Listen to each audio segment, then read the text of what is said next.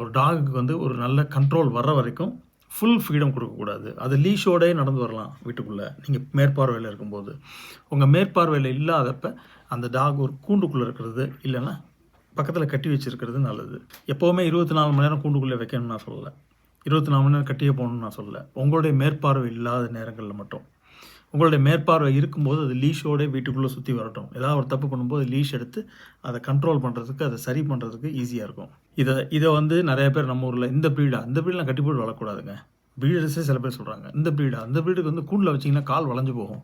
நம்ம ஊரில் தான் எல்லாருமே டாக்டர், எல்லாருமே இன்ஜினியர், எல்லாருமே பொலிட்டீஷியன், எல்லாருமே போலீஸ்.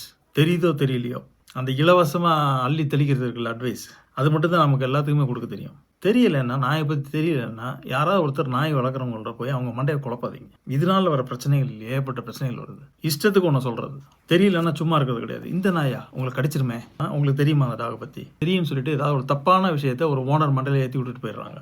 ஸோ இதனால் இவங்களும் யார் சொன்னாலும் இவங்க சொன்னாங்க, அவங்க சொன்னாங்க நம்பிட்டு பண்ணுறாங்க. அதை பண்ணாதீங்க. உங்களோட ஓன் ரிசர்ச் பண்ணுங்கள். இப்போ சரியான ரிசோர்ஸஸ்லேருந்து ரிசர்ச் பேஸ்டு இன்ஃபர்மேஷன் இதை எடுங்க. ஏன்னா வெறுமனே கூகுளில் மட்டும் போய் சர்ச் பண்ணி அதுலேருந்து எடுத்து அதை ஒரு ஆதாரமாக எடுத்துக்காதீங்க. .org, .net, .edu இந்த மாதிரி வெப்சைட்ஸ், இதெல்லாம் ஆத்தென்டிக் வெப்சைட்ஸ். அந்த மாதிரி முடியணும் அந்த வெப்சைட் அட்ரஸ். அதுலேருந்து இன்ஃபர்மேஷன் எடுங்க. நீங்கள் 15 வருஷம் கமிட்மெண்ட்டுக்கு போகிறதுக்கு முன்னாடி ஒரு அரை மணி நேரம் நீங்கள் இன்டர்நெட்டில் எதுக்கோ உட்காரோம், இதை பண்ணுங்கள். நீங்கள் ஒரு உயிரை வீட்டுக்குள்ளே கொண்டு வர போகிறீங்க. உங்களுடைய கன்வீனியன்ஸ்